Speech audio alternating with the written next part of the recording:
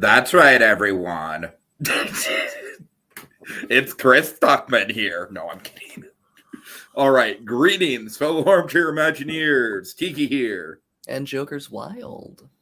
And welcome to the first ever installment of a new podcast series that I like to call, very creatively, brace yourselves, the Sorcerer's Pod-Prentice. Oh my god. Yes. That's why we didn't have a show for Project 1, because Tiki was still thinking up the name. No, the reason why we didn't have a show for Project 1 is that I am not going to touch that thing. You don't want to read multiple books worth of projects? Literally, yes. You don't want to read my 3,000 word short story? But, yeah, so we are back, and I'm actually kind of surprised that we only have one viewer here right now. That actually kind of makes me a little bit self-conscious, because I was fully expecting us to be, like, popping tonight. They'll trickle in. But we'll see. Give it time. People will trickle in. Yeah. All right. So, Jokers, why don't you explain what we're going to be doing tonight while I go grab a coffee? Okay. All right. I'll drink my coffee very loudly while you're gone. So tonight, media in their parody of the AMC movie talk, yeah, where they're like doing the really loud drinking. All right, I'll be right back.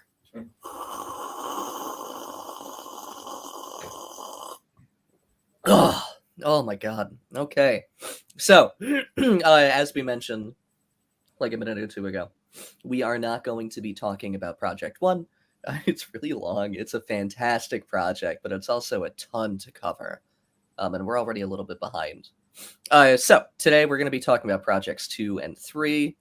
And also coffee, apparently. Tiki's getting coffee right now. He told me, oh, he's back. That was really quick. I did not have to get ice. It was already in the fridge. Ooh.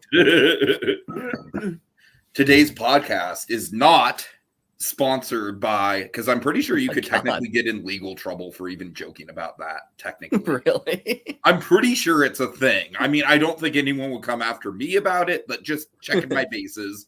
Because I used to joke all the time. Look at this. Look at this. I literally have one of these just unopened right here. You remember these, right?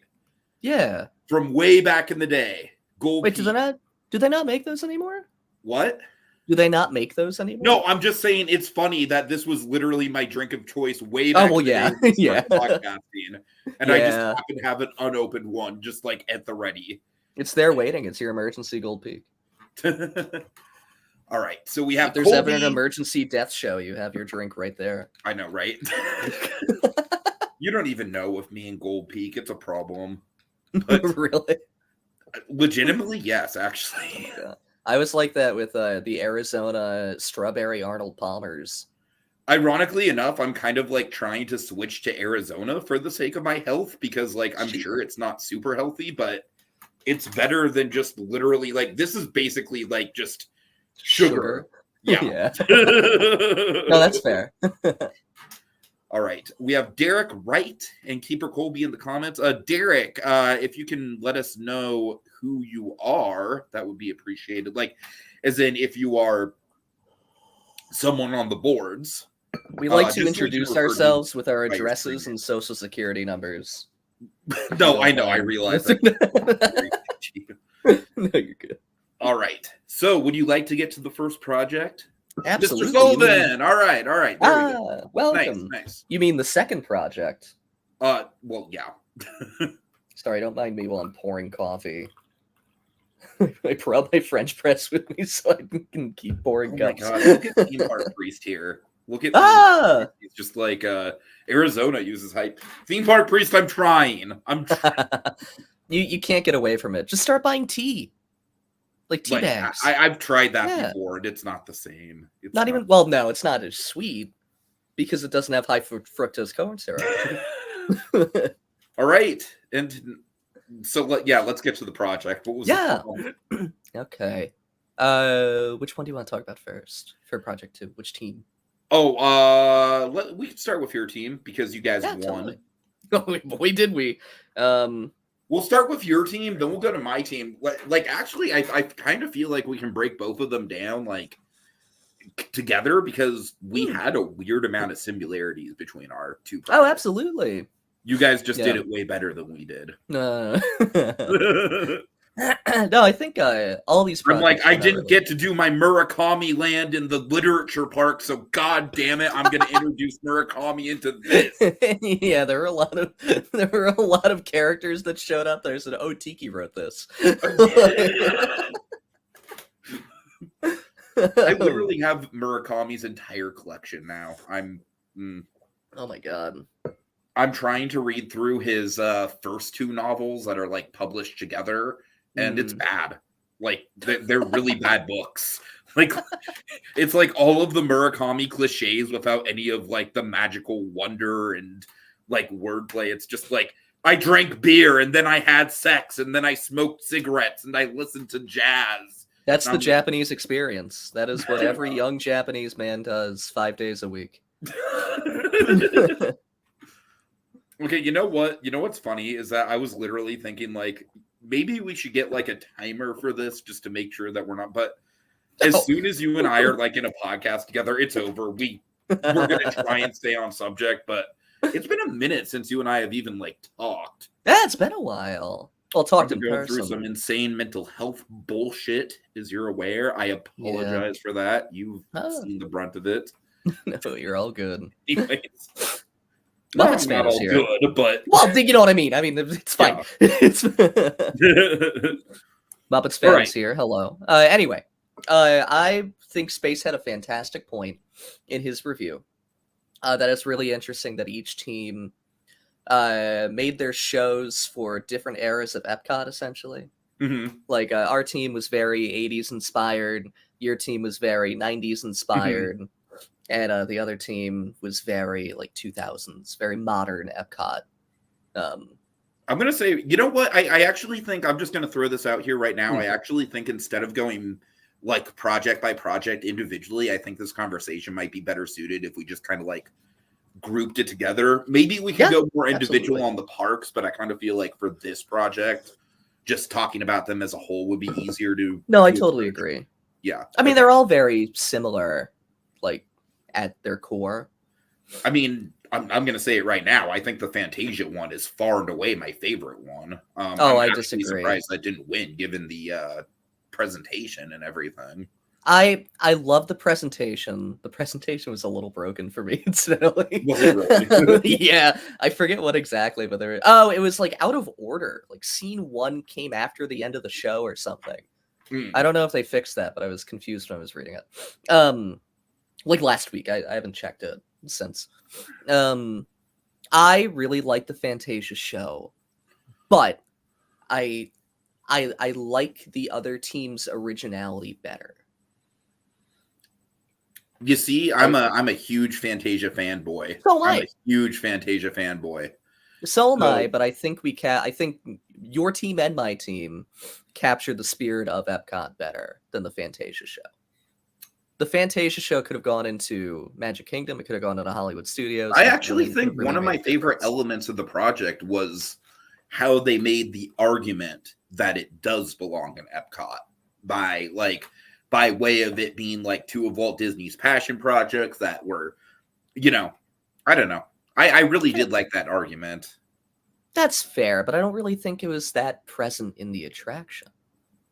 Like it was to a degree, but it wasn't really. It didn't feel like a thesis to the attraction, I do like that Deems Taylor is like a major part of the attraction because everyone always says how boring and dry he is, and I'm like, yes. Yeah. And that's what makes him so endearing. I like it on paper, but I do think it's a little odd having this like non-celebrity who's very much dead be a central animatronic to a show. But it's really cool. I love the orchestra. I love the way the theater works. Mm-hmm. I think it's a little long, or it feels a little long. But that could also be because I'm reading it. I felt the same with our project when I read the script. I kind of feel like it also might be because you're reading like 3 different variations of exactly. Yeah. Yeah. No, absolutely. It's really fun. It's really good. The music that they made was fucking fantastic. And I don't know if Mickey Waffle Company or Architectural Guinea Pig made that orchestration, but I need to talk to them because I want those sounds. Because those were like whatever sound fonts they were using sounded really, really realistic, which is really cool. All right, just shouting out Muppet Fan in the comments here. He's saying, Mr. Sullivan, your first ever recap podcast. Prepare to get off track every 5 seconds. Yeah, it happens. So let's talk about the fact that like both your team and my team have a central mascot figure that's basically like a personification of light. Yeah, but I think we went in like radically different directions with it. We did. I just think that was a funny like kind of comparison. No, it is. I think our core concept was all Pergeron, if I'm remembering correctly. He wanted to work with the story light, like the original idea was the story light that they were using, that we were going to use for Spaceship Earth before COVID happened. And it kind of spitballed from there, which is how we came upon that light character. But yeah. I'm going to be honest with you. My role in the project was relatively minor, including the brainstorming, honestly. Oh, really? I obviously like introduced the Murakami stuff, and the Murakami stuff is very out of place, but I still think like it kind of scratched that itch of like, I want to translate this into a theme park. But no, I believe we landed on the idea of doing like essentially. I got to be honest with you.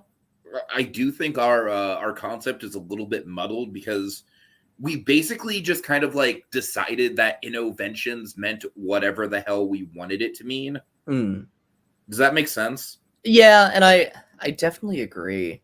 And yeah, like your show's a lot of fun, but it's an inventor show where there's one inventor. I mean, like inventor in the traditional sense. Of that was basically like, you know, obviously we were kind of trying to explore how different forms of art can innovate. Yeah. But I still think that was maybe a little messy. Yeah, and it's fine. It happens. Mm-hmm. Ideas don't always fully work, and it was still a great show. Like as a show, it was a lot of fun, but it was definitely a little muddy. I was also dealing with getting on a new medication during that time. Like that was like right when I started my new medication, and so I was like knocked out for like big chunks of the day the first couple days there, like when the brainstorming was really at a full force. Yeah. Oh God. Sullivan says, is it really an Epcot attraction if there isn't a lot of twisting and turning to explain why it's at Epcot? I mean, yes and no. Yeah. I kind of feel like stuff like modern day Disney, yes, certainly. What's left of like 90s and before from Epcot, I think fits pretty well. Test Track, I think, makes sense as a spiritual successor to World of Motion. I think freaking Mission Space in theory fits. It's just a terrible attraction. I mean, he's right though. There's also a lot of like slant rhymes in Epcot. Like the whole thesis was let's make science radical. I mean, Guardian certainly doesn't fit. Honestly, like the Living Seas used to fit, but then it still fits. I think. I just don't. The Nemo stuff feels shoehorned. Yeah, but there's enough in Seabase Alpha that still keeps it very up. I just wish it had more of the actual Seabase Alpha aesthetic, and that's fair. I mean, let's just talk about like just the state of Nick. The state of Nick. State of Nick on long legs. Don't make me turn this into a long legs. I know, that's why I was going to stop you. If you start, I was fully prepared to stop you. It is overrated. I need to see it. No, you don't. Anyway, back to Epcot. Okay, Colby, here's the thing with Disney parks right now. is that because they are trying to cram every square inch of space and make it IP, it just inherently makes me like anything with IP less. So, like, I'm sure the aquarium is awesome. It's great. It's great. I do remember having a good time in there. I also remember there being like really out of place photo ops with like Bruce the Shark and Crush and stuff. And I'm like, It was kind of like that before, though. really? Not with Bruce the Shark, but there was a photo op where you could get into like one of those big like diving suits that were made for like working on stuff. And the whole point was like, just go inside and take a picture. No, I get that there's photo ops. I'm just saying, like, when I see Disney characters nowadays in spaces at Disney parks that really shouldn't have Disney characters, I'm a little cynical. I'm just like, great. I'm already subscribed to Disney Plus Disney. You don't have to push your IP on me every 5 seconds. Yeah. Also, anyways, if you want to see Hammerhead Sharks, come to Japan. What? If you want to see Hammerhead Sharks, come to Japan. And whale sharks. They got them all. All right. Yeah, I don't know. Like I said, I can't really speak to our project all that much because I wasn't really all that present for it. But you want to talk about, I mean, you said it was mostly a Paragon idea. Well, the idea was, but the actual, like, it was really collaborative, the actual creative process. Once we got that core idea, Paragon and Mr. Sullivan wrote the script. Like I had a few suggestions, but I didn't really write any words. I didn't write a single word for this project. I just wrote the song. Oh, really? Yeah. But to be fair, that was one of the most memorable editions. Yeah. No, I'm glad it came out really well. Mm-hmm. I'm really happy with it. And that's kind of like one of the things I wanted to focus on. This, Muppets Fan did the map. That's one of the things I wanted to focus on this game was like doing music stuff. Because I finally got a keyboard that I can put into my computer, so I'm trying to teach myself GarageBand. And it came out really well. It was a lot of fun, and I'm glad people liked it. Yeah, the long-awaited sequel to Everything Super is here at long last. Say, yeah, a rare this time with instrumentation. The rare treat that we get to hear you sing. The singing on this one was not very good. It was much better on Everything Super. I wrote this song and I'm like trying to do it. I'm like, fuck, it's too low for me. It's like just slightly out of my singing range. Right. All right, Mr. Sullivan, that's very fair in regards to Seabase Alpha. I never, like, when I went to Epcot for the first time, it was already Nemo. So I don't really have a point of comparison. I just know that I would have loved to see the Hydrolators. That seems like something that I really would have loved. They're really cool. And that original music. As you know, this goes way back. I am a sucker for that Living Seas music loop. I have 2 rebuttals for that if you want to hear the Living Seas music loop. Okay. One, you go to the bathroom at Coral Reef Restaurant. Or specifically the bathroom, not even the whole restaurant. Specifically the bathroom. Go take a shit at Coral Reef. You can listen to the music loop all day. Number 2, go to Disney Sea. God knows why. If you go to Port Discovery, like the Science-y area, the Tomorrowland area, they just play the Living Seas music loop.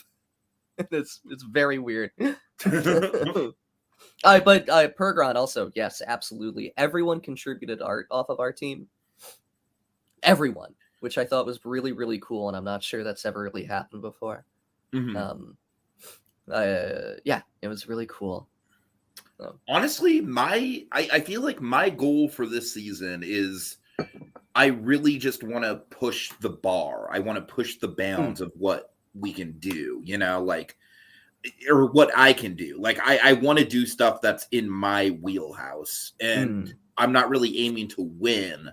I just like, because Spies in Disguise, like, I feel like that was such a high point for me in this game, and I really want to like replicate that magic. I'm kind of chasing that high, if you will. But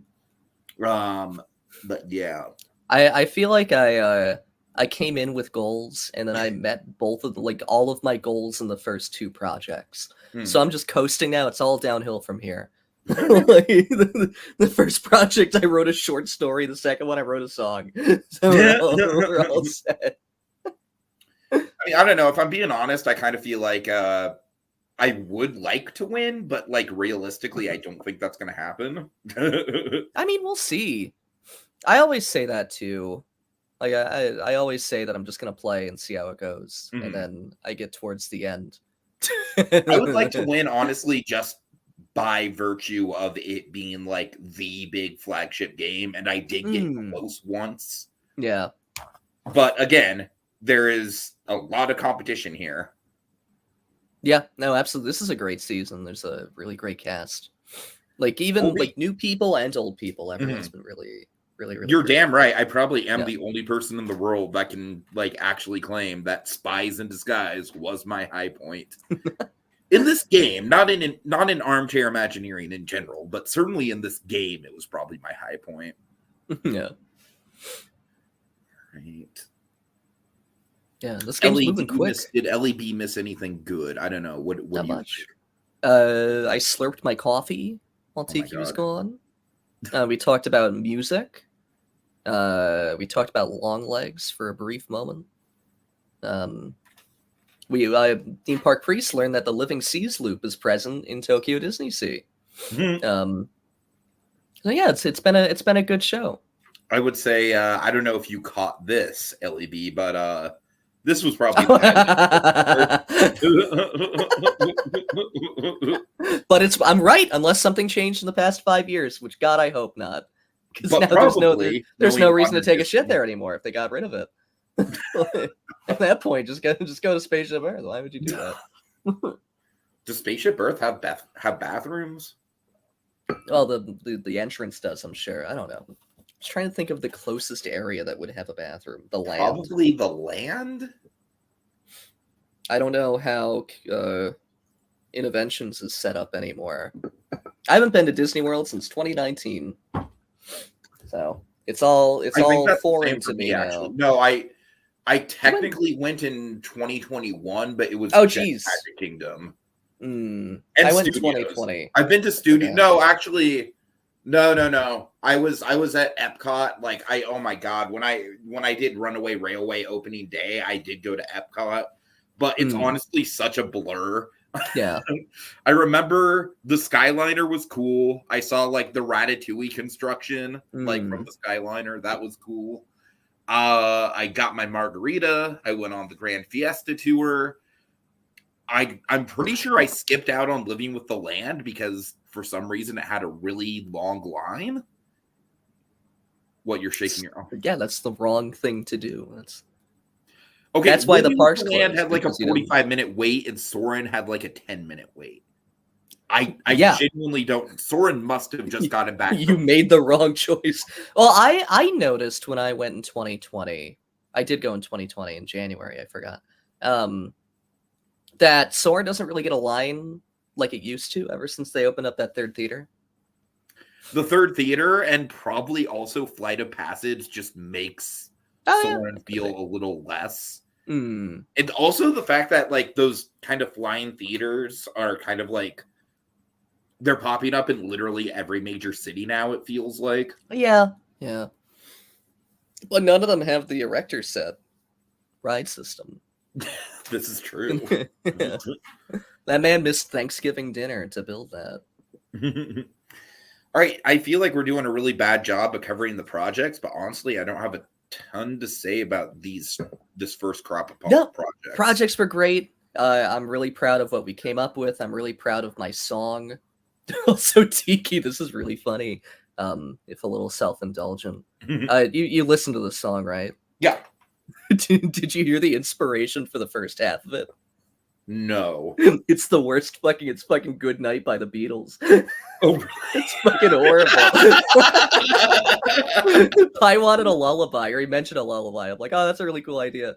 And I started writing it, and I did strings. I'm like, shit.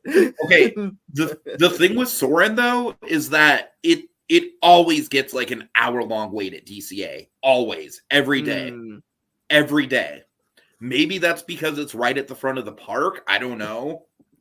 But like, because I'm a California local, I'm just accustomed to Soarin' being like a big dog.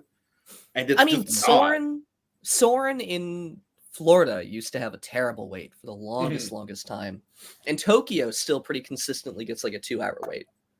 But I really think that third theater just did it. I don't know if they're able to dedicate one theater to Fast Pass now or what.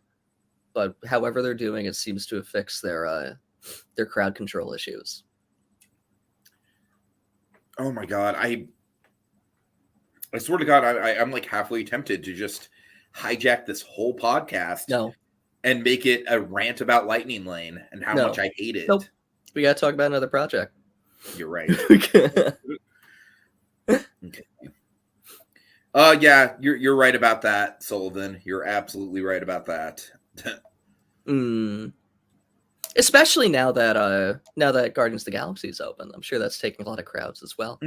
That'll worsen when Test Track opens as well, and Ratatouille as well. Well, plus you have the fact that Ratatouille and Frozen are like on opposite sides of the showcase, and that kind of like spreads the crowds out even more onto the showcase. Yeah, I don't know. I think it's old enough where the crowds are finally starting to drop. Not at DCA. Well, I was just going to say DCA is more of like a locals park. So like people have nostalgia for that ride or like a fixation on that ride. So I think that's probably a big reason why it stays consistent. Yeah, I can see that. Yeah. I don't know. Any final thoughts about Project 2? Not really. I honestly kind of feel like it was a little bit of I don't want to say a dud. Like when I say that, I don't mean like as far as like how people like the level of effort that went to it. I just mean for me personally, like working on it and stuff, it was a little bit of a nothing burger for me through no fault of the actual project or the actual competition. But yeah, the next project I absolutely cannot say the same thing about because we are going to go on some tangents here, but they're going to be slightly relevant tangents. Okay. Is this Tiki bitching about Vegas? Yes. Okay. Yeah. Well, let's start. Have you ever been to Vegas? I forget. No, I have not. I've seen pictures. Let me all tell you a story. Not a story, but just gather like around, children. Circus. You've heard the horror stories.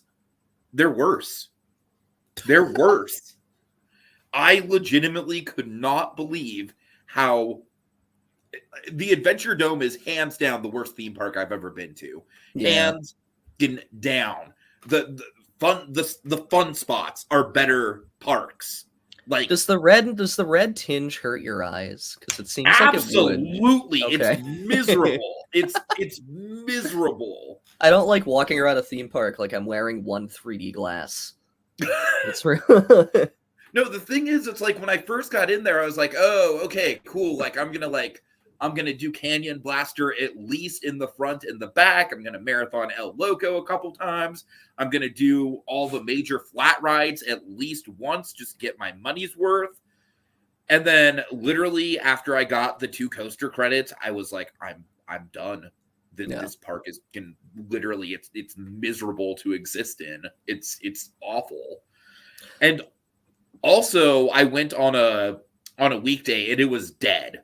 There were like maybe like a dozen or so small groups of like parents and their kids, and that made me feel like I stood out like a sore thumb. I'm like, I swear to God, I'm not creepy. I'm just here for the coaster credits. Please don't judge me.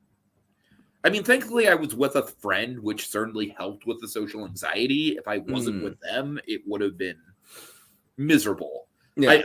I probably would have just like, it would have been the same result, but I would have been even more like publicly ashamed of myself for even being in there. But yeah, man, Canyon Blaster, literally the way I can describe that ride is like the first drop and the first 2 loops are like, oh, this is good. This is probably like in the upper half of existing aero coasters. And then the turn after the second loop, brutal, just brutal. It doesn't look that way in videos. You can't really tell, but like I've heard horror stories of how rough Manhattan Express, New York, whatever the hell that coaster is called nowadays. I legitimately can't keep track of it. And no, that coaster was perfectly fine, perfectly serviceable. Well, they retracked that recently, didn't they? They got new trains. Yeah. Oh, new trains. Okay. Yeah, they definitely didn't retrack it, but I'm sure the new trains helped. No, I didn't feel any potholes. I didn't feel any. I mean, it was certainly janky, but it wasn't a painful kind of janky. You know, it was kind of like the kind of janky where it's like if you go on just like a boring coaster at a state fair or something. You know what I mean? Where it's like, this exists. Yeah.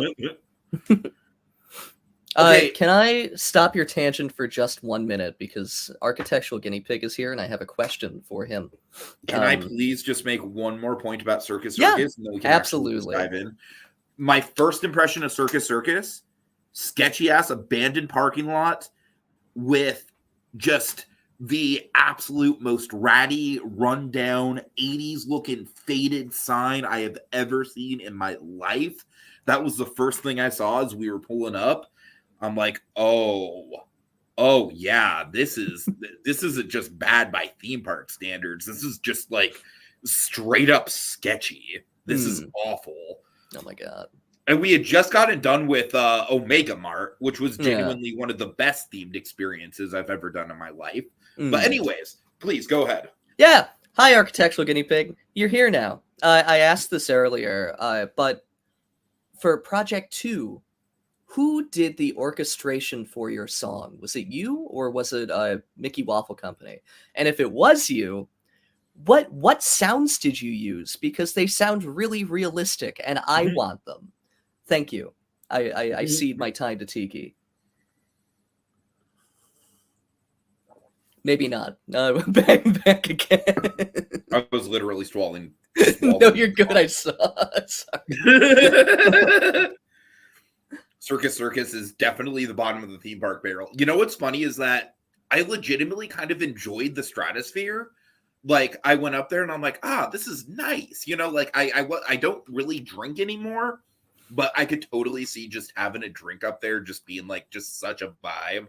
And the rides were both really fun. But the area around the Strat is even worse than Circus Circus. Yeah. I swear I thought I was going to get shot walking the block from the monorail stop. And ironically enough, that's also where I went to my to the dispensary to get some bait for my Bryce Canyon day. So yeah. Oh my god. And I did not feel welcome there. It was not like an Overhaul dispensary whatsoever. I felt like I was bothering them. Well, they're probably used to tourists. Right. Yeah. That's funny. That is one of the best and worst parts of Vegas, I will say. Was that it's nice for me just as someone who legitimately kind of like needs it just to deal with my anxiety, because otherwise I have to get creative. But it's bad because so many people use it, and Vegas is kind of becoming like Amsterdam in that way of like people flock there just because like, hey, let's go here just to do the weed. I'm like, guys, there's a lot of other places in the country where weed is legal. You realize this, right? You know how many beautiful locations we have in California? Like beautiful nature where I actually like to be high in and not like these okay. I'm stopping myself because we've gotten onto that. Yeah. I apologize, folks. Oh, it's okay. I apologize. I do have to sometimes like when you and I talk, especially, I'm like, this is just two friends talking. It's good. It makes for a good show because it's like we're not characters on the silver screen. We're two people, and our audience is peering in and whispering or like eavesdropping on a private conversation between friends. LAB says, I live in Colorado. Weed is not novel for me. Yeah, that's another example. Like, I want to make a pilgrimage to Glenwood Caverns. Glenwood Caverns is absolutely on my bucket list. It's avant-garde. Derek Wright, I will say the Venetian Caesar's Palace was the best casino that I went into. That was legitimately like the singular one where I actually felt immersed, if that makes sense. I was like, yes, there's a Starbucks right next to the fountain show, but it's a great fountain show. Park MGM, I would consider staying at Park MGM next time because their food court is amazing. So the Mirage just closed. Yeah, like I did go. That was literally like the last thing I did on my trip was go see the volcano show, and I'm glad that I did. Yeah. Anyway, we have 3 entire projects to talk about. Would you like to talk about your project first? Yeah, sure. Okay. So I will admit, honestly, out of the 3, I think we mostly went with like the most generic, like, okay, it's just basically like I was trying to stick to generally like the same kind of like level of attractions as AdventureDome, except obviously like way better with Disney and stuff. But what I mean is like we have a coaster, we have a dark ride, we have flat rides. You know what I mean? It's a pretty standard collection of attractions. It's just kind of elevated. We did go through a few themes. One of the early ideas was like a Victorian boardwalk, which I think would have been cool. It's just I kind of feel like that ground has been tread, and villains have also been tread. But when you put it together, I really liked working on this one. I think that everyone really contributed something of value to our project. The one thing that I kind of messed up was that I included the Horned King in my show, and I didn't realize that he had a standalone attraction. Did you read the show? I'm curious what your thoughts are on my show. The House of Mouse one? Yes. Yeah, it was cool. It's an interesting idea. I just like, so the thing with Vegas is that a lot of casinos and resorts and stuff have like very like hyper themed, immersive and intimate shows. And that's kind of the vibe I was going for. Yeah. There's one that's right outside of Area 15 that I really want to do at some point. It looks really cool just from the outside of it. Yeah. It's got this kind of like Something Wicked This Way Comes circus kind of vibe to it. I would also not mind doing the one at Caesars. That also looked cool. But yeah, that was very much my inspiration was shows like that.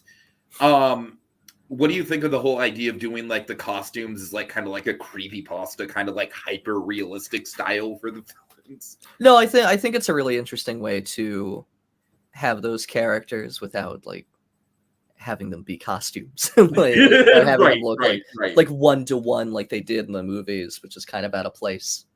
Yeah, I think it's cool. Yeah, I think it worked out really well. Colby, you do not want to see. Oh God, Colby, hold on to that thought with the flamingos. Okay, let's just. I could literally go on a 5. Nope, don't do it.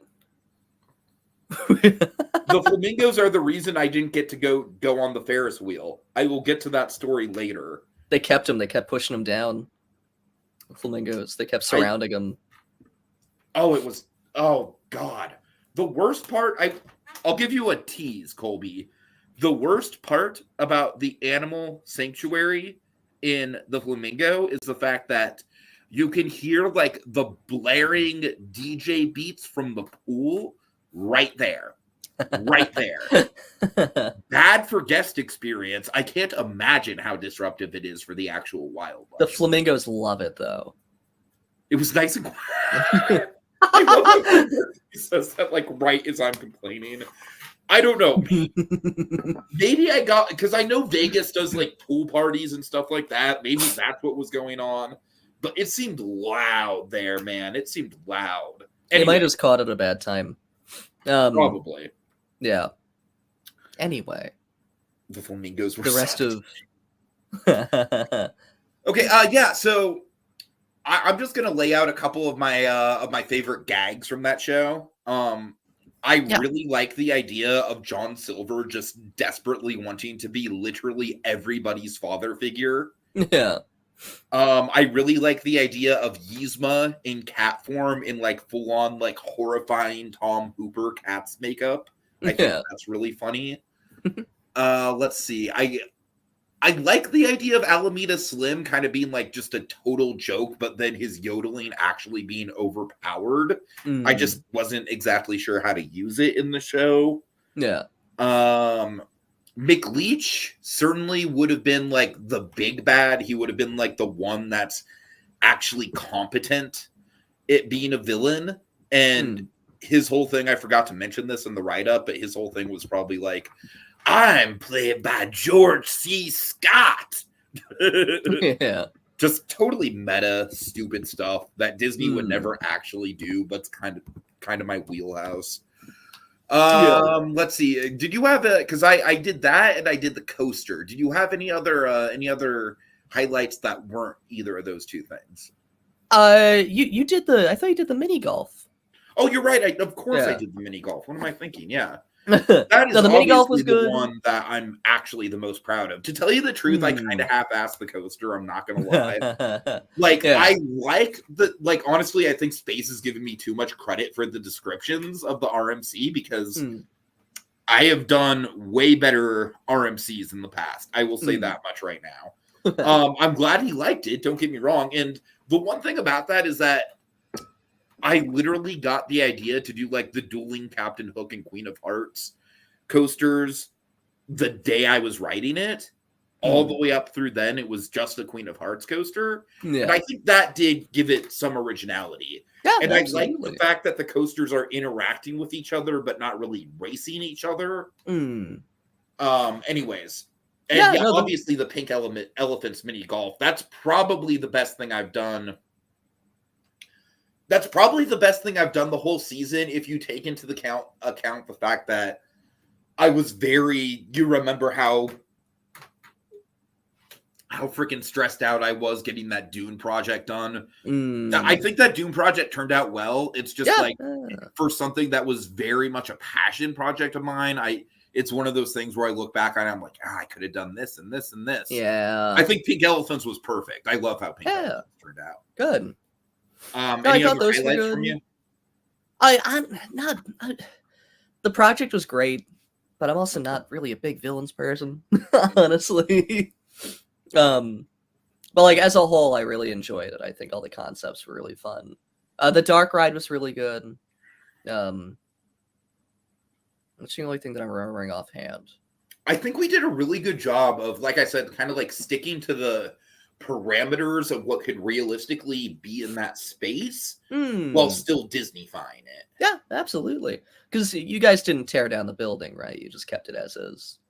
Well, no, I mean we tore down the dome, but I think we pretty much stuck to the actual footprint. Oh, I understand. Okay. Yeah. No, that's fair. Yeah, I think you guys did really well with the space.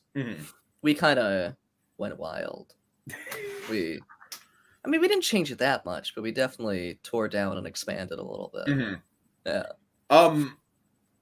Honestly, once again, I kind of feel like I really liked the Tintirrino. Is that how you say it? I think so.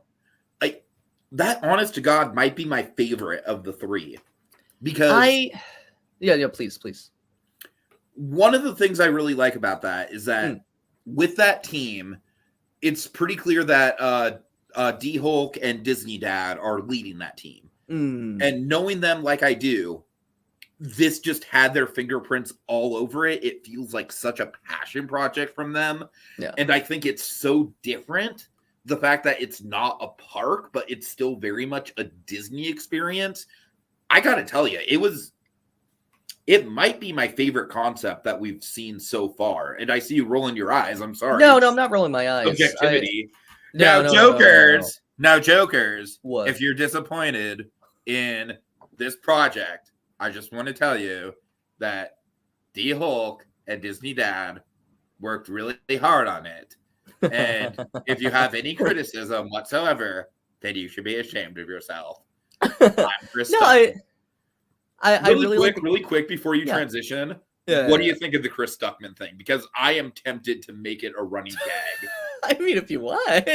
I don't know Chris Stuckman enough. I haven't watched his videos in like a decade. So Garrett and I will literally send each other like minute long, like, now Garrett. Oh my god. Yeah, that's definitely more of a Garrett. We just talk about fucked up internet shit. That's really funny. No, I really like the concept in a vacuum. I think it's really unique. I think it's really fun. I do think there is a place in Vegas. 1 second. For what? I'm sorry. I really want to correct myself here. Yeah. AGP, I'm so sorry because honestly, like I just knowing what I know about D-Hulk and Disney Dad, I know they're like really big travel people. They're like they really advocate like real travel and stuff. So like I really don't want to like not give you the credit. So if you worked really hard, like Chris Stuckman worked really hard on his new movie Shelby Oaks, I'm just kidding. But no, if you had a hand in creating the concept, then by all means, I want to give you credit for that and thank you for pointing that out. I'm sorry if I passed you by on that. It really does feel like it has the fingerprints of those two all over. I agree. I totally thought it was more of a D-Hulk project too. But I think there's a place in Vegas for more whimsical things. Like I know Vegas is skewing adult again, but that doesn't mean that everything needs to be a shopping and restaurant experience. So like while I think the project is really fun, I think it's really great, I do think it's kind of missing a little bit. In that it in some ways it feels very similar to experiences that are already present on the strip. You're wrong. Okay. No, I'm sorry. Just as someone who's been there, the big thing that makes this stand out from the garbage that's on the strip, and as you know, my dining experience in Vegas was miserable. Legitimately one of the worst vacations I've ever had in terms of dining. Yeah. I know that there are good restaurants there. I just did not get lucky with any of them. They were either overpriced or like overhyped. I just did not like. I did the Mother's Day brunch at the Eiffel Tower restaurant, and that was like $300 for two people, including the window reservations that I made, which was pretty much like my Mother's Day gift for my grandma. And I was like, this is fine. You know what I mean? It's like it's good food. I'm not gonna say it's bad food, but like at the same time, like for example, I had a burger and I asked what cheese was on the burger, and they told me it was like some unique like French cheese, and I was like, ooh, that sounds good. I'll have Gruyere. Probably. Yeah. And my thing with cheeseburgers and why I don't usually get cheese on my burger, I like cheese on other things. I like blue cheese on my burger. That's like an exception. Oh God, really? Yeah, I love blue cheeseburgers. That can be really overpowering. That's for me. strong of a reaction. I like blue cheese. I like blue cheese, but like often I get blue cheeseburgers and they put way too much on, so it just overtakes every other flavor in the burger. That's fair. That was kind of the experience I had with that Bobby Flay blue cheeseburger that gave me terrible indigestion and made me go up at like 5 a.m. Oh no. Yeah, see what I mean about terrible dining experiences? But the thing with this burger and the thing with cheese in general on burgers is, they do usually put way too much, and it usually does overpower it for me. That's my problem. I want to taste the meat, not the heat. That's like I feel the opposite.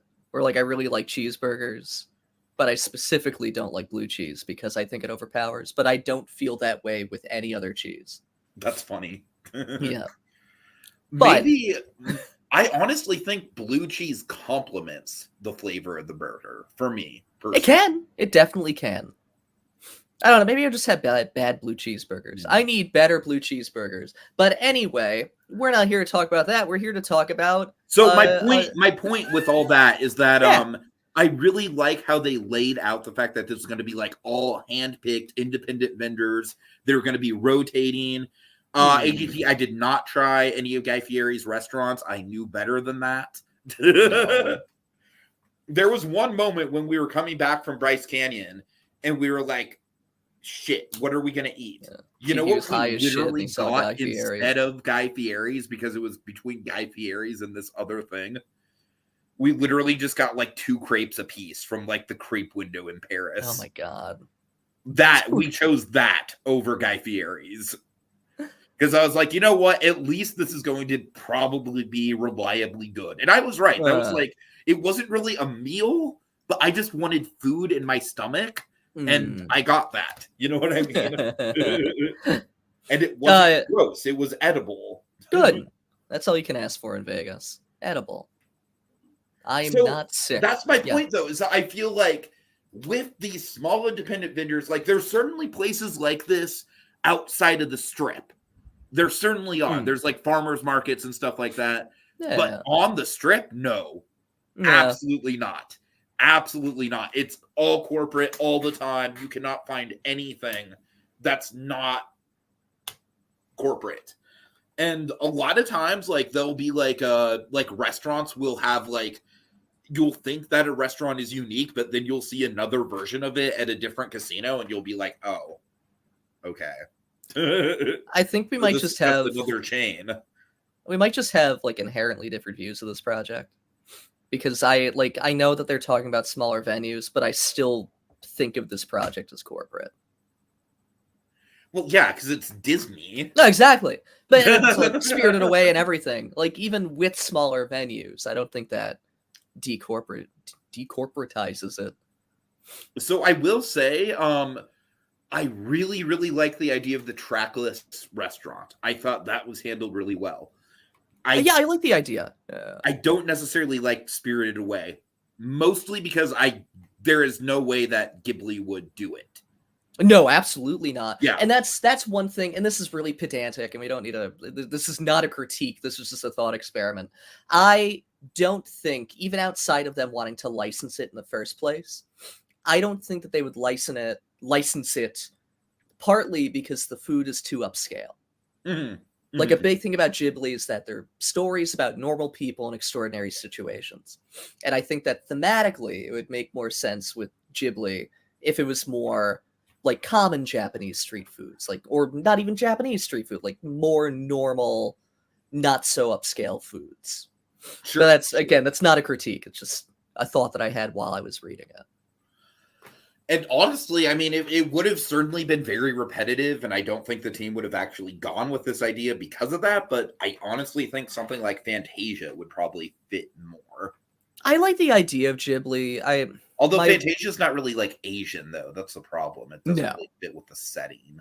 I do wish that they maybe stuck with one story or changed the name of it. Instead, yes, the price is $60 a person, but it doesn't have to be, is my point. Or at least change the name of it, so you're not setting up the expectation that it is Spirited Away, and then introducing a bunch of other Ghibli movies. That makes sense. That also threw me off. Yeah. But I really like it as an idea. I think, like, again, like in a vacuum, like if we're ignoring like the licensing and everything, I think Ghibli's a really great choice for this type of experience, because Ghibli, the films are so food focused, they're so experiential. Honestly, even something like Team Labs could have a really cool exhibit like this, like a Team Labs moving restaurant. There's a lot you could do with this concept. Yeah, it's cool. I liked it. I did like it, despite my critiques. Sorry, I don't mean to be. Disney vacations don't have to be $300. I hope you mean $3,000, and even then, that's on the low side. Yeah, they've had to be $300 since 1975. I'm sure. I mean, honestly, we're like quickly getting to a place where, like, when you include tax and everything, $300 just for a base one-day ticket is not going to be too far off. we're close to the $200 point when it comes to that on peak days. Yeah, unfortunately. No, and I knew that's an architectural guinea pig. I knew that's what you were doing as I was reading it. And Taiseki's great. But there, I don't know. I really like the idea, and I think it's a really unique way to present Taiseki and a really unique way to present Ghibli. I will say, reading this project, it made me really want to go back to Chinatown in San Francisco. I'm probably not going to, because San Francisco is just an utter shithole right now. Yeah. But one of the things I really like about Chinatown are all the tea houses. Yeah. I assume you've probably done a tea tasting, right? Yeah, not like a tea house. I used to do tea ceremony classes a couple years ago. Yeah, it's like that. Yeah. Right.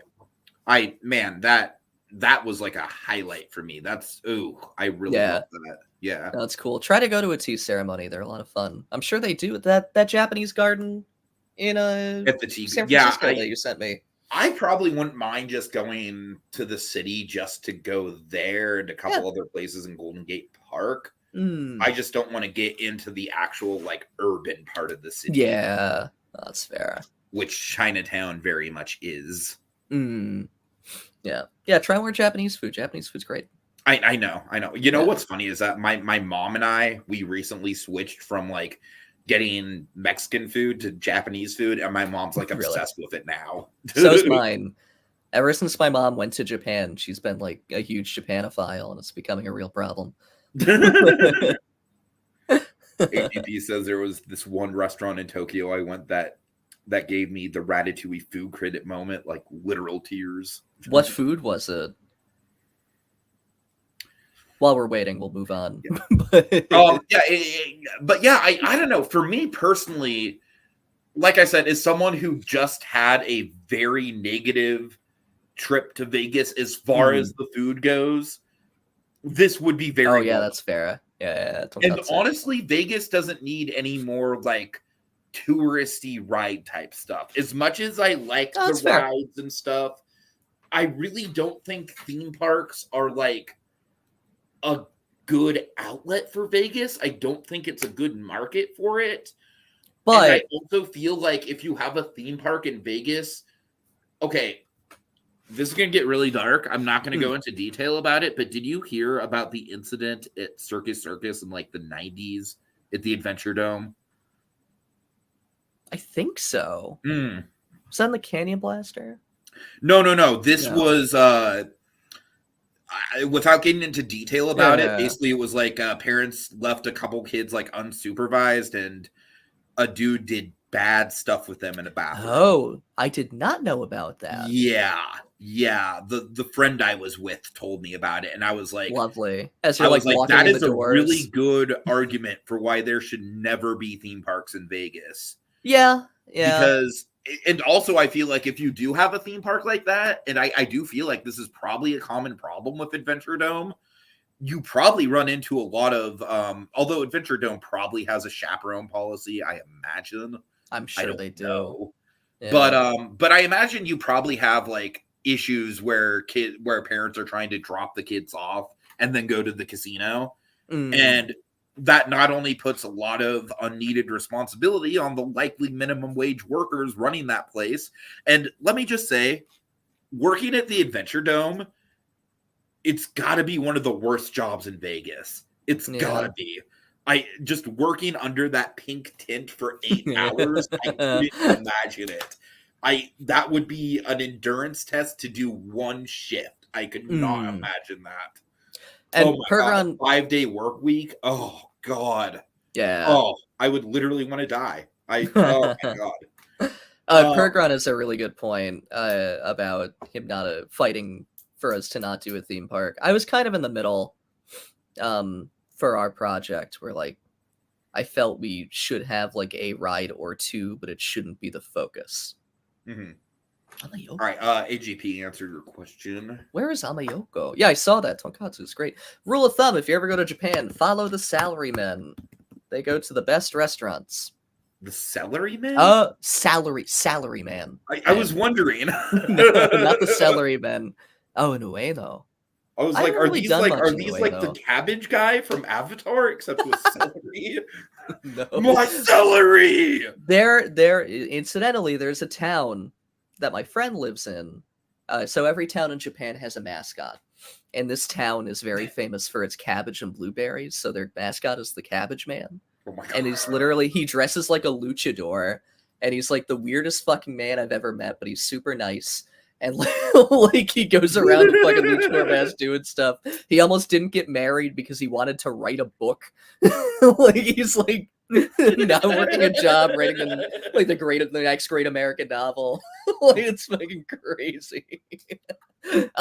But anyway, we should move on. Yeah, I was kind of in the middle for our project where I thought that we should have like maybe one, maybe two attractions, but it shouldn't be the focus. Mhm. I think we caught a good middle ground in having attractions, but trying to skew our park more towards adults. So we could have... I really do think you guys deserve to win. You guys put a ton of detail into it. A lot of it is really, really cool. Realistically, there is absolutely not that much space in that footprint. Oh, absolutely not. Realistically, as someone who's been there, there honestly probably isn't enough space just for the boat ride alone. Honestly. Well, I didn't look at footprints, but we did use a little bit of the parking lot too. I'm not sure if that would help. It helps a little bit. Yeah, but it wasn't still, exactly the same footprint. I mean, let's just assume the boat ride, in all likelihood, probably takes up most, if not all, of the current AdventureDome footprint. Oh, I don't think it's that big. What? Really? I don't think it's that big. It's not big, dude. It's really not. I don't know. I'm crying all the way to the podium. But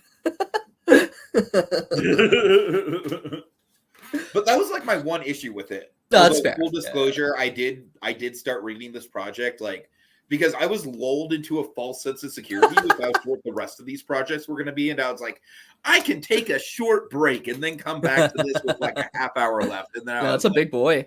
And then I was like, nope, that's not going to happen. I am not going to read the whole text. I'm going to skim it. And like I said, I think just the sheer amount of text devoted to the boat ride, and the sheer amount of different pieces of concept art that I saw, I'm like, no, this is easily like the bulk majority of just the AdventureDome show building. And that River Rapids was all outbound, and I'm really glad he got to do that. I'm really glad he was so impassioned to do that. Nice. Yeah. It being a River Rapids is kind of my fault. I really pushed for that. I thought the flatness worked better for a Bayou than the log flume some people were talking about. The friend I was with was really pissed that AdventureDome got rid of the they had to shoot the chutes, right? Yeah. And they replaced it with El Loco, and I can also see how that was a terrible business decision. Because El Loco is legitimately intense, and it looks intimidating as you're walking up to it, which is not exactly the best for, like, the target audience. I mean, Canyon Blaster, it looks whimsical, it hurts like hell, but, like, walking up to it, even if you're, like, slightly intimidated by the loops, the rock work is cool, it doesn't have the same intimidation factor. And honestly, like with Vegas, it does get super hot. It would be nice to have a water ride there. Yeah. So I don't know. And that was the big reason why I suggested a water ride in the first place. Right. And yes, we did fight for like 6 pages about the same topic over and over and over. And boy, was it something. Was that what you were telling me about, like, before we went on air? Yeah, we'll talk about it more later. Yeah, it was kind of an uphill struggle to get this project off the ground, but it came out really well. And I will say one of the I told you this, one of the concepts we were working with, and one that I was vehemently against, was a villain's park. So thank God we didn't do that. I do think that the thing that pushed us over the edge into actually being legitimately kind of creative in spite of the fact that the villain park thing is pretty overplayed is the fact that we did the carnival element.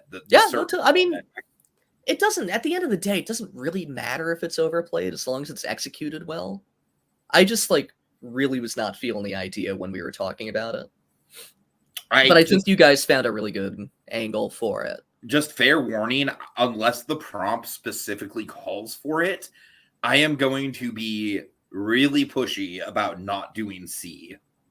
No, that's fair. I know. I am so bored of C. I'm so bored of the Muppets. I only suggest C under very specific circumstances. And it has not come up yet. The closest we got was Lovecraft. But speaking of which, I feel like there were definitely elements of this project that very much felt like you. Oh, the only thing I wrote was the Haunted Mansion. Okay. Yeah, I mean, I had a lot to do with the brainstorming and like the ideas. That's what I'm saying. I'm saying just in general, it feels like an idea that you would pitch. No, the original was Pergron. I don't remember how we got the other ideas. I know I suggested a lot of what ended up in the park, but I'm not sure like how much of it was me exactly, you know? Right, right. But yeah, I'm glad it came out really well. The original idea when we were kind of working on it was for Haunted Mansion to be really central to it. Because we wanted that to be like our Meow Wolf, our Omega Mart. Okay, that makes sense. That makes sense, yeah. And then the rest of it to be like restaurants, bars. We had like a character dining experience because it's Disney. We figured we should for like day guests. And then I was like, oh, like we have space. We should probably have like an attraction or two. And it kind of grew from there. Yeah, I'm really happy with how it came out. Some of the concepts were concepts I've been working on for Discovery Bay. So I'm glad that those finally got out there. And yeah, I do agree with y'all who are saying, honestly, when I first saw Bayou, I was intrigued, but I was like, how is that going to play out for a full park? And I'm like, oh no, damn, you could legitimately like make like I said, this feels kind of in between an indoor theme park like the AdventureDome and like a full scale like half day theme park. Yeah. You know what I mean? I think this is the first project that we've done where we said we were going to do a boutique park and then did. Like this is pretty like by definition boutique park, I think. And yours is too, like absolutely. And it came out really well. If anything, I kind of feel like ours feels more like a land than it does a park. That's fair. Yeah. I don't know. That's like one of the few things. I mean, by all means, it is certainly a much more complete experience than what is currently there. And you know what else is what? Yeah. What? No. Say what you're going to say first. I'll say it. You know what else is really weird about the AdventureDome and Circus is like, first of all, they invest all that money into the SpongeBob Dark Ride. They just straight up don't advertise it. They don't market it at all. It's almost hard to even find it. And yeah, it is a legitimately like, I'm not going to say it was amazing or it blew me away or anything, but it was legitimately really fun. Yeah. Like there were more animatronics in there than I thought there were going to be. Do you mind if I give away what my favorite gag was? Because I've been kind of like holding. Oh, I watched a video of it a couple days ago. Go for it. Oh, okay. So I really, really like the screen in particular where you're shooting Krabby Patties right into Patrick's mouth. Oh yeah. I'm like, that is awesome. That is fun. That is straight out of the show. I like that a lot. Tiki, do you want to hear the funniest fucking thing I've ever heard today? What? AdventureDome used to have a Rapids. Wait, did it really? God damn it. Take that. I mean, I don't know why you're being so hostile about it. LEB, the SpongeBob Dark Ride is its own thing. It costs like $10 a ride, which is honestly a steal for Vegas, honestly. I thought it was going to be $20 a ride, and it was $10 a ride, and I was like, oh, hell yeah, I will gladly pay that. Yeah. But, really quick. I'm just answering the SpongeBob thing. It's not attached. No, you don't have to pay. It was 10 when I went. Maybe if you went, maybe it was brand new. I think he might still be talking about the Rapid. Oh wait, I don't know. I mean, it's not really a great. Again, it's not a great dark ride. I think it's pretty unique for Sally. I would say it's probably about on the same level as like the Six Flags Justice League dark rides, but I enjoy SpongeBob a hell of a lot better than I enjoy Justice League as like a theme, just generally speaking. So I don't know. I liked it. Yeah. It is just pretty much a blatant ripoff of Midway Mania, even down to having Mr. Krabs as a carnival barker at the entrance. Yeah. One last thing about the Rapids, by all means. Oh no, about the Bayou project. Oh, okay. In general, I was like busy all weekend, unfortunately, but I was like entirely prepared to write a Dixieland version of Grim Grinning Ghosts, and this is me saying that it's gonna happen someday because I really want to do it because I really like the idea and I think I have a good idea for an arrangement. I mean, in all likelihood, you'll probably be able to incorporate that into a project itself. Oh, probably. Honestly, I might just do it because I was looking. I'm like, there's got to be a Grim Grinning Ghost arrangement in like Dixieland jazz, and there's not. There's swing, there's regular jazz, no Dixieland. It's so weird. But yeah, the Rapids was really good. Honestly, the whole project came out really well. Haunted Mansion was a lot of fun to write. It was a little shorter than I would have liked, but that's my fault. The New Orleans Square area, like the actual French Quarter area, was really cool. Oh yeah, the animal exhibits were not Pergeron's idea. I think Pi suggested them. Pergeron's like, yeah, fuck it. Yeah, we really like. Pergeron suggested New Orleans, and then that just kind of like spiraled and shifted from there. Honestly, the animal exhibits, like I've never been to New Orleans. I've obviously been to Florida. They felt more like a Florida thing to me. Of like the boardwalks and stuff. I don't know. But no, maybe that's just because like my point of reference for that is Gatorland. Yeah, I think it's. I mean, they're all over. They're in Connecticut. They're all over the place. Those boardwalks. Okay. I think it's an easy way to traverse the Bayou, which is why I'm glad that we did that. Because it's hard to have like a oh my god, a realistic Bayou. Pi's here. Hello. It's hard to have like a realistic Bayou that you can like walk around and through. So I think that was a good solution to that. Dude, there's a Scary Farm maze. I don't think it's there anymore, but it had the best freaking bio room. It had like a boardwalk that legitimately felt like it was like creaking and moving up and down. Oh, that's really cool. It. Oh, it was awesome. Oh, I want to do Scary Farm. We have breaking news. Architectural Guinea Pig has a draft team list, and they're going to share it right now in the comments. Wait, what? They have a draft team list for the next part of the game. I don't even want to know. I feel so bad about hyping up like, yeah, I'm gonna totally do the point system on Citrus Dreaming, and then I gave up the second that it got complicated. You guys tried for a little bit. For a little bit, yes. And then I was like, no, this is too much. Pi says Gatorland was what I was picturing. Or Mayaca State Park in Florida. I mean, it's whatever. It makes sense.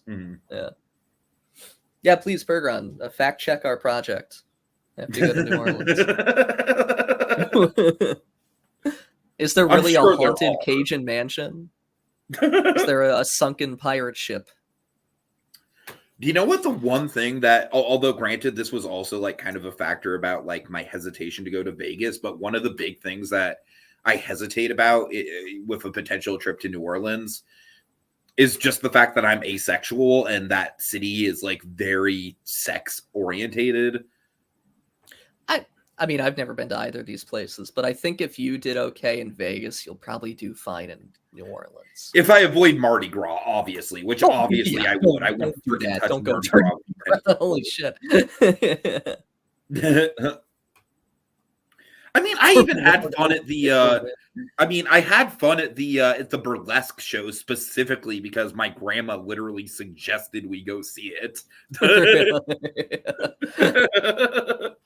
No, but it was like, obviously I did care about the the titillating parts, but they were good performers. There were some cool acrobatics in that show. Please don't say titillating in that context.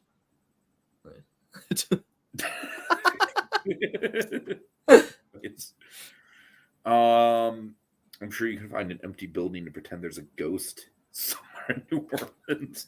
Yeah. And all the buildings are haunted, realistically. We just need to find one haunted by Cajuns.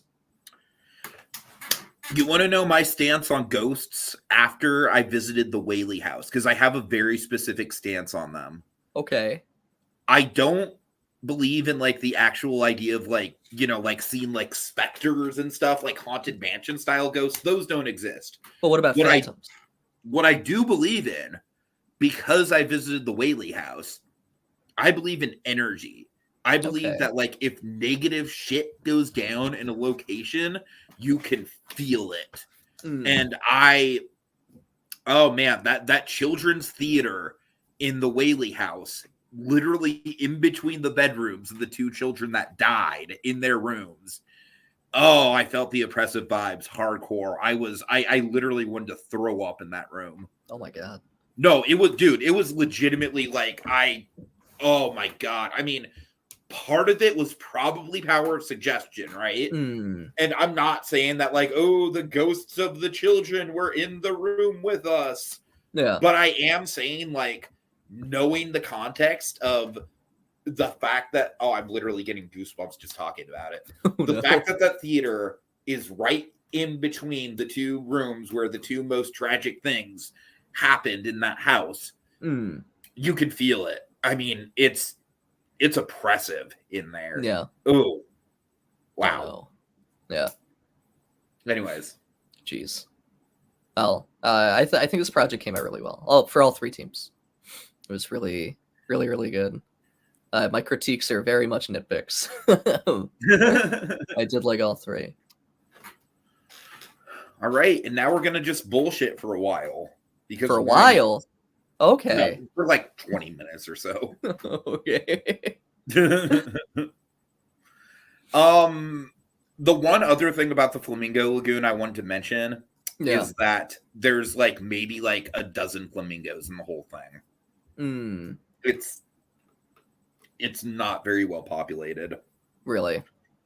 And also the reason why I missed the chance to go on the Ferris wheel is because we had literally booked a reservation time for it and missed the reservation time, even though the wheel was right there, navigating through the Flamingo Hotel from the monorail station to get to the nature, because we figured like, we'd make a quick stop at the Flamingo to check out the animals, and then walk over to the Ferris wheel. We'll have plenty of time. But no, it was just those damn casinos, and navigating your way through the casinos are awful. There's a flamingo on Cape Cod? Really? What? Why? Is it like a guise, or did it just like end up there? It's a very lost flamingo. Oh man. Is it a vacationer in P-Town? Is there one gay flamingo going to P-Town? There's also a flamingo hotel in Santa Rosa. Oh. It's very random. And I wonder if it has any. I've always wondered if it's had any affiliation with the one in Vegas. I feel like there's a lot of hotels and motels that are just called the Flamingo. Yeah. I don't know. Anyways, can we talk about how awesome Omega Mart is? Because I'm kind of itching to, because we're on the subject of Vegas. Yeah, I want to go someday. It's incredible. The closest I've gotten is Team Labs, which is a very different. What is Team Labs? Explain that to me. I don't really know what it is. It's like an immersive art installation. There's a couple of them around Japan and Asia. Actually, I think there was one in Vegas for a little bit. Every once in a while, they do like forays into the US for temporary shows. It's mostly projection effects, but they're done really well. Some of them use the senses. So there's one where you have to like you have to like wear shorts and walk through like ankle deep water, or like walk up a slanted waterfall and stuff like that. It's Ooh. really cool. It's like a cool thing to experience if you come. Okay, to let me Japan, but ask it's you also this: do very do they touristy. have any bullshit like with like static electricity or anything like that? No, nothing like that. Okay, good. No, it's mostly sight, and the only feeling is the water, which is only Okay. the one. Mhm. And they have one that's like a big trippy planetarium that you get dizzy in because it moves a lot. But it's So really yeah, cool. Omega Mart, man, it's the reason I specifically want to bring it up is that one of the last times that you and I were talking on a podcast, I believe Yeah. it was when we were talking about wait, I don't think you were there for the environmental puzzles discussion, but I think you were in the comments or something. I don't remember. Or maybe you were just there in spirit, because I specifically like it was during Citrus Dreamin'. Yeah. And we were I might talking have. about the video game project. I don't think. I only did a couple, or at least one Citrus Dreamin' show. Okay. Yeah, I think there was one with just me and Pi, and then there was one with the three of us. Mm-hmm. And it wasn't either of those. Most of them I was at work during. But we were anyways, both there. Okay. the environmental puzzle thing, like, Yeah. you obviously like environmental puzzles. You I like do. video games that are like what's the word? Like Puzzly, environmental puzzly. yeah, and involved, I guess is puzzling. The word. Yeah. And I don't. Yeah. I enjoy I like puzzle games, but I like drop puzzle games like Tetris and stuff. I don't like the environmental puzzle stuff. Yeah. But Omega Mart, I swear to God, it feels just like being in a point and click, like PC game. Because every inch of that place is explorable. There's so much there. Yeah. There's so much there. It literally, like, it was overwhelming. I was like, no one could possibly see all of this in a single day, even if you stayed like opening to closing. Like, there's like just tons of phones with different like number directories that you can call for recordings. There's tons of just free floating books and logs and stuff that I was amazed that was just free floating like that. Yeah. You know? I mean, it's completely overwhelming. And that's just the details. That's just like the the really micro stuff in there. You obviously also have like all the big optical illusion rooms and the grocery store itself, which is really well themed. And I really like how the grocery store, it kind of like, the deeper you go into it, the more weird it gets. Honestly, the most immersive room in the Omega Mart, I think, is because how it has the you start in the grocery store and then you go into that backstage area and it gets all abstract and weird. Yeah. So then you stumble into the employee break area, and it is the most realistic employee break area. It feels like, I swear to God, I had flashbacks of being back at my old job. It was like, and that is super immersive just because of the fact that you're dealing with all this other crazy shit, this mind-bending stuff, right? In the back half of that. And then you stumble into the break area and it's like, oh, that's right. This is still just all part of the grocery store. And that is such a mind fuck, dude. It's, oh my God. Like, it's so cool. It's so cool. I really wish they'd come to the East Coast. Because I'd go. I think the furthest east they go is what, Colorado? New Mexico? Think so. I think that's right. Oh, no, there's one in Texas now. Texas. Yeah. Are you sure you just didn't go into the break area, Tiki? Yes, I'm sure. Because there was an employee training video that was playing that had a lot of like weird coded messages. How do you not know they're just very coded? Even the training is in character. Oh man. Oh god. Yeah, I really want to go love the Omega someday. Mart so much. Yeah, someday. Ironically enough, I think my ideal Vegas vacation would be to fly in, do one night, stay one night in Vegas specifically, just so I can do like a full day of Omega Mart by myself. Because when you're with other people, there's like a pressure to like, you don't want to just be spending like 45 minutes on one thing, right? But like, no, if I was by myself, I would be like, okay, let's see as much of this as I can possibly see. You know what I mean? Yeah. That's me at Disney Sea. Right, right. I feel bad going with people because I was like, I should show you my camera roll. It's just like pictures of the most minute details in this park that no one else would care about. Pi says there was going to be one in Orlando, but it quietly got canceled in 2020. That sucks. Yeah. But yeah, it would honestly in 2020. Like I imagine Meow Wolf probably took a big hit with the pandemic just in general. Yeah, that's me at the Animal Kingdom and the Aviary. Just wait till you get to the San Diego Zoo. That's in the New York area and Disney Sea. It's my phone background. I love it. Awesome. Sorry. So when I went to the San Diego Zoo, I was literally, I have that same kind of level of detail with the, like, having a full camera roll, but literally just with the landscaping at the zoo. Not even the animals, just the landscaping. I would love to break into a Mega Mart's break room one day too. I mean, that's the thing is that, like, in all seriousness, it does just genuinely kind of feel like that. You know what I mean? It's like, oh, wait, am I supposed to be here? Yeah. It's so cool. Anyways, it's really cool. So, guys, any other random bullshit topics you want us to talk about? Because I'm happy to keep going for a while, but I also Tiki's open to requests. I am, essentially. If you want to hear an old conversation we've had, give us the topic. We'll do it again.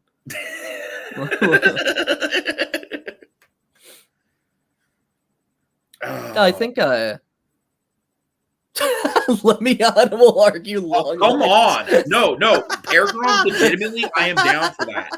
Paragon, the link is in the thread, the conversation that I made, the group. I'm dead ass serious about this. I'm dead ass serious about this. You don't have to stay on for it. But Paragon, the link is in the same thread that we're using to plan out the debate. Please come. I will gladly do it. He says, give me 2 minutes. Okay, vamp. I think this game is shaping up really well. To get back to the topic we were supposed to be talking about.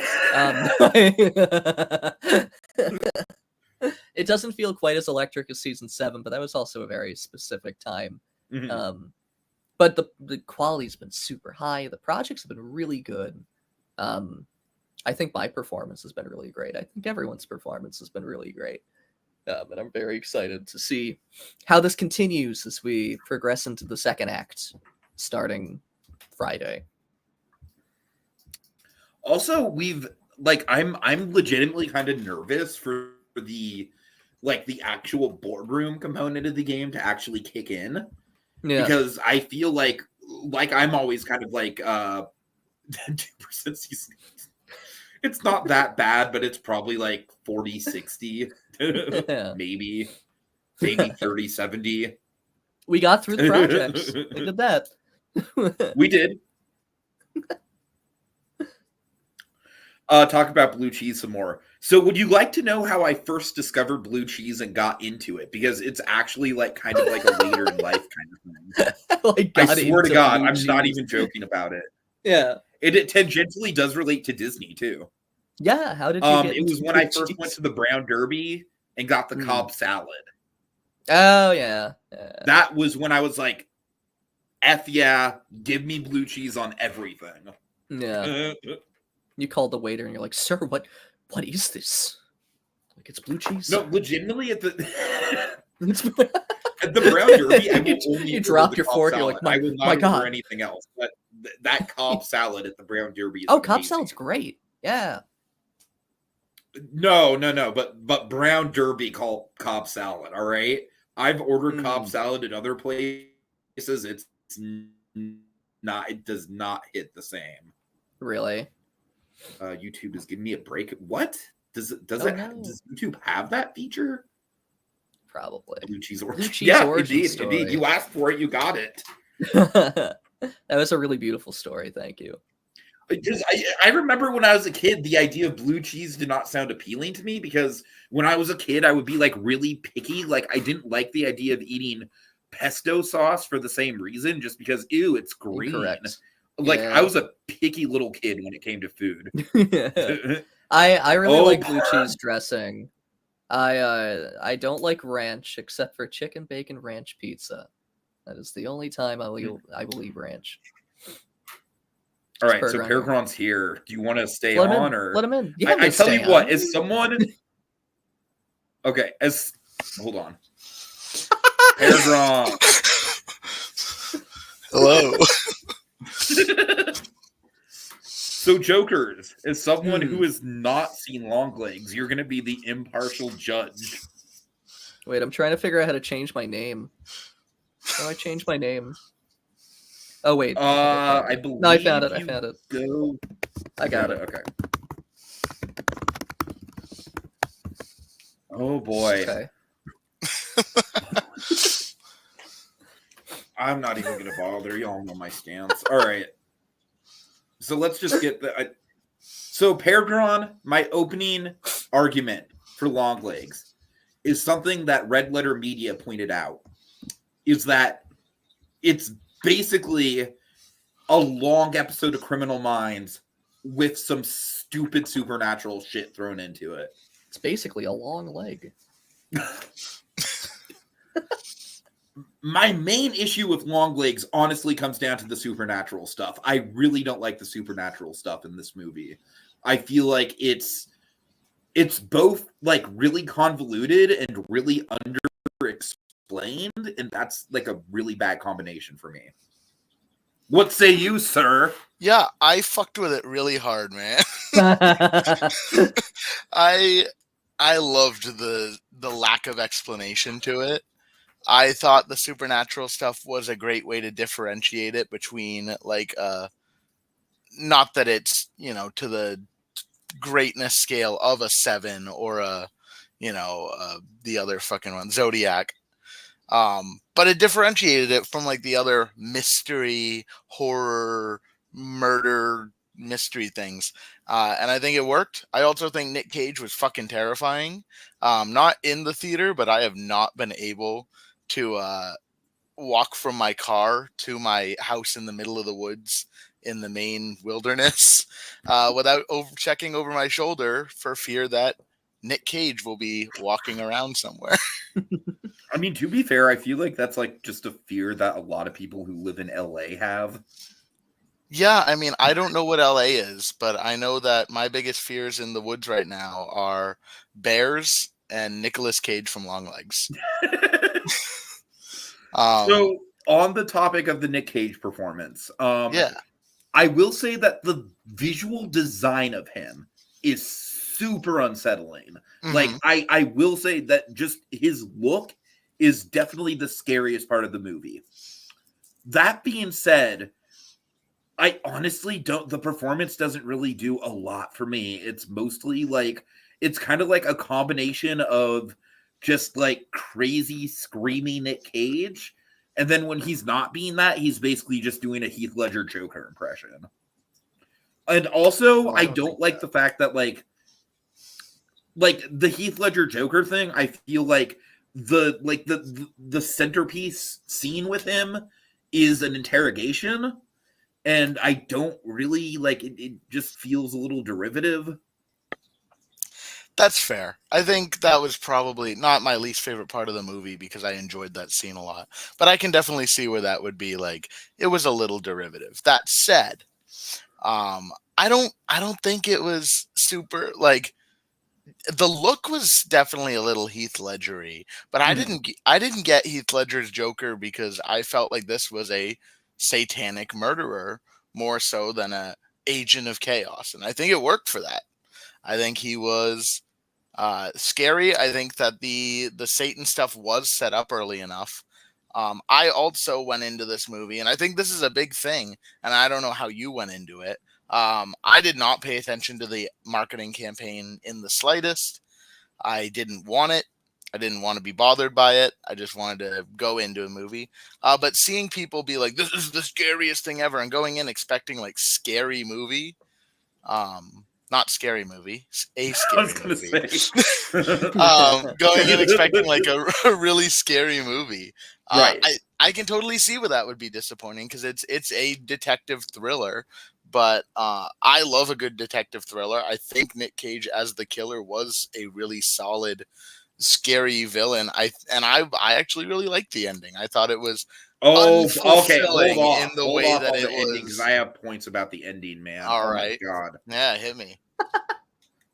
I'm not done dissecting Nick Cage. I think I don't Nick think you like Cage that being very cast in the movie, regardless of how good his actual performance was, like Nick Cage just has a lot of baggage, right? Like he's one of those actors where it's he's a really talented guy. I'm not going to deny he's not talented. He is, but unless you're, I literally already what was the name of the Nick Cage movie I saw this year that was just shit? Arcadian. Yes. Look, he wasn't good at that. He was wildly miscast in We that can do the movie. Community thing where we argue if Nick Cage is a good actor or not. We can do it. But no, I feel like it would be a better performance if it was literally the exact same performance, but just not with the baggage of Nick Cage, if that makes sense. So on to the ending, man. I hate it. I was so bored by the end of it. It's 20 minutes of exposition. Yeah, but it's like fucking good exposition. No, it's not.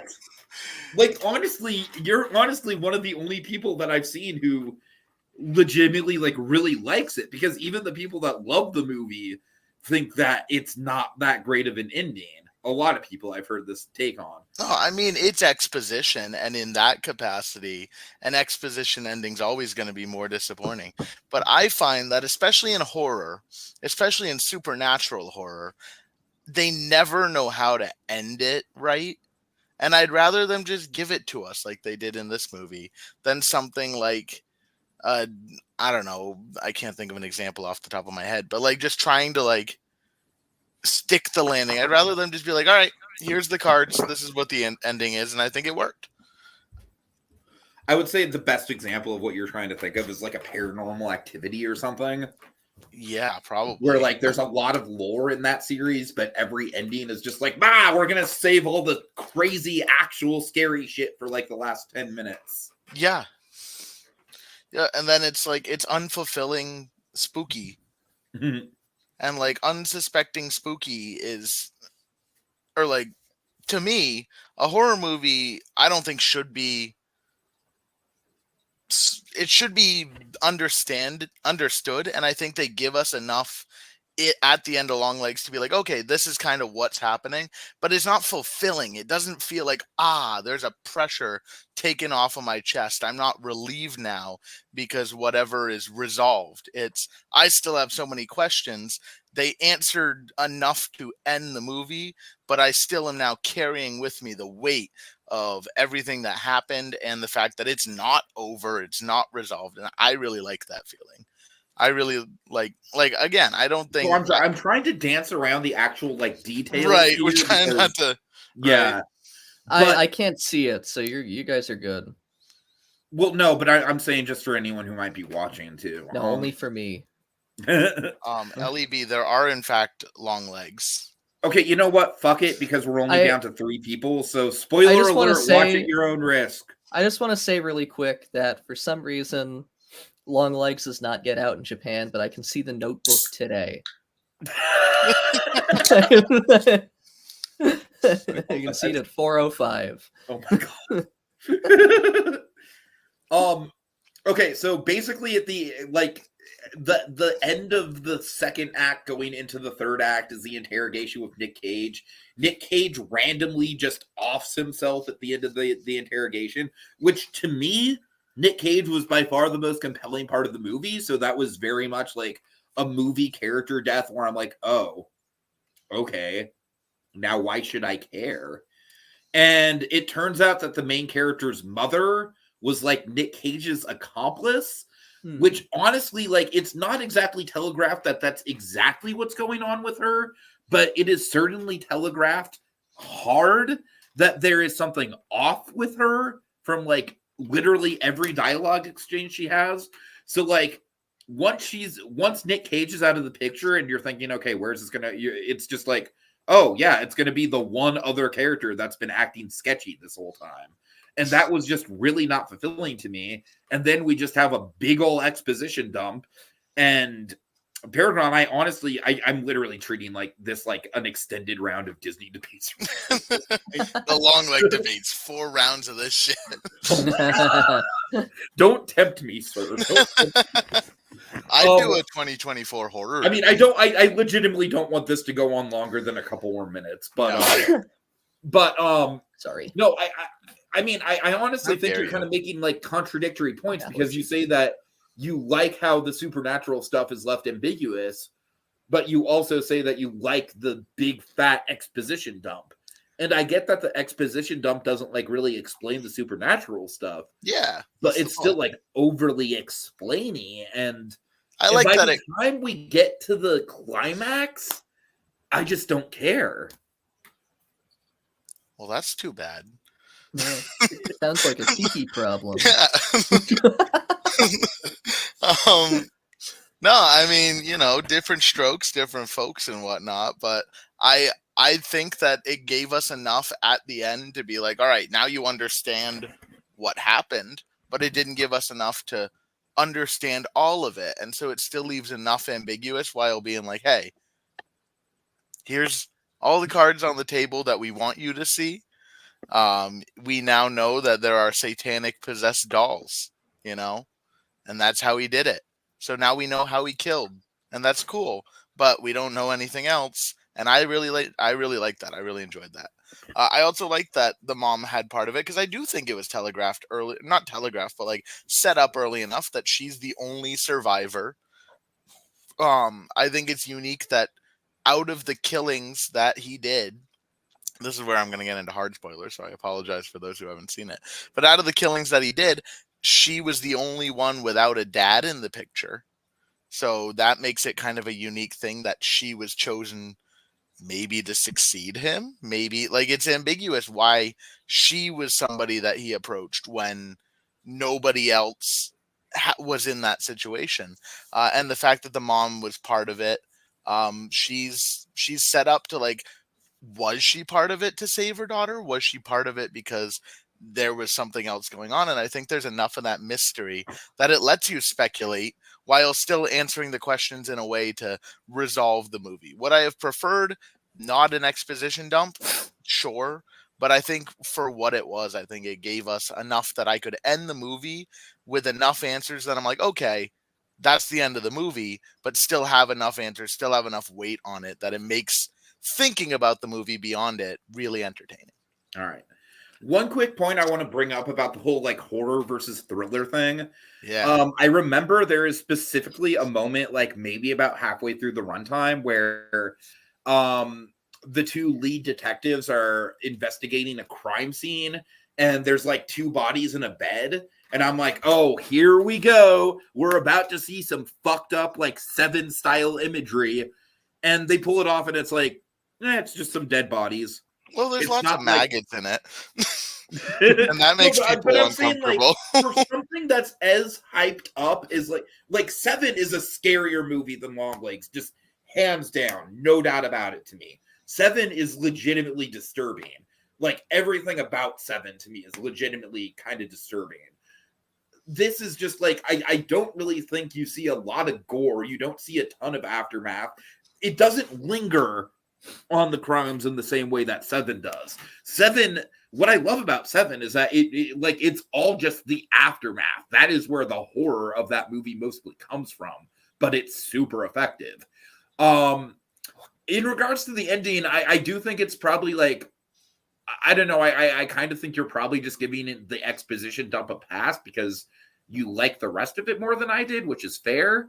But again, I kind of felt like I wasn't attached to the lead character because they're doing this thing where it's like she's emotionally unattached, which is like, yeah, I get why she would be, but it still doesn't make for like a compelling character or performance for me. And then I will end my rant by saying I strongly believe that this movie is the new Donnie Darko. Mic drop. Ew, what? Ow. You can't mic drop and you can't mic drop something with like no explanation. I just in the sense that like it's going to be a movie that like film nerds are going to obsess over, and then regular people are going to be like, "What the fuck even was that?" Well, yeah, but there's like so many of those movies out there. Yeah, but I feel like Longlegs is very similar in tone and style to Donnie Darko. It's like it's got like the disattached main character. It's got very vague supernatural elements to it. I don't know. I mean, I guess. I think Donnie Darko is a shit movie personally, but I hope that most people feel that way at this point, but you never know. But yeah, I mean, I guess my final point will be, I think horror and thriller are the same in a way. I think a thriller can be horror. I think a horror can be thriller. And I think scary is as a term and horror as a term, I think it overused to think gore, blood, violence, where that doesn't necessarily need to be what horror is. I think being scared for a lot of people doesn't involve seeing shocking imagery. I think it involves setting up a tone where you're completely uncomfortable in your own skin, where you just want to climb out of the meat puppet that you are currently piloting because you are so uncomfortable by everything around you. And I think that's what this movie does well. It's scary.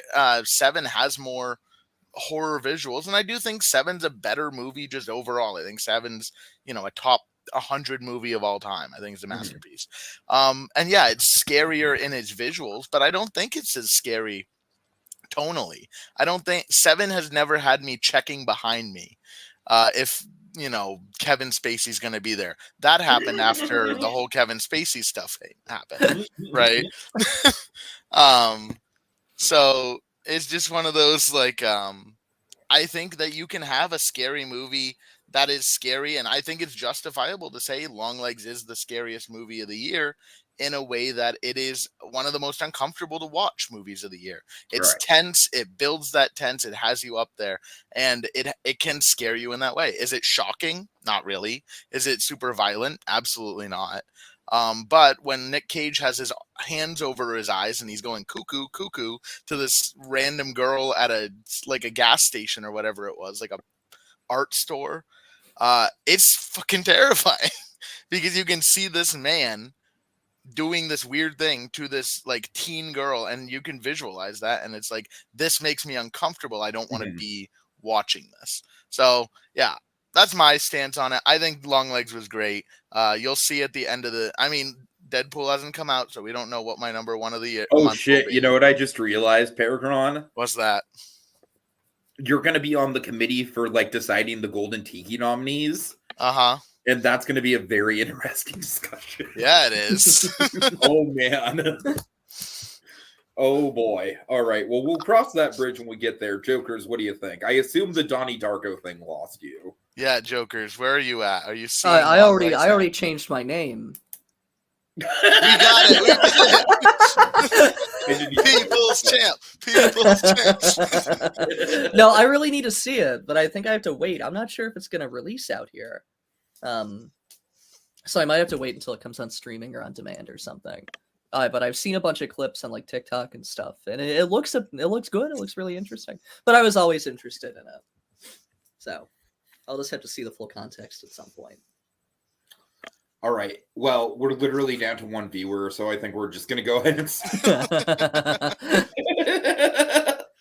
I do like that. There is a very noticeable pattern of like when we're on these shows, it's like as soon as we start bullshitting and like going off topic too much, it just drops. Yeah. So all right. Have a good night, everyone. See you all later. Bye. I love you. Love you. Happy What? birthday, Mr. President.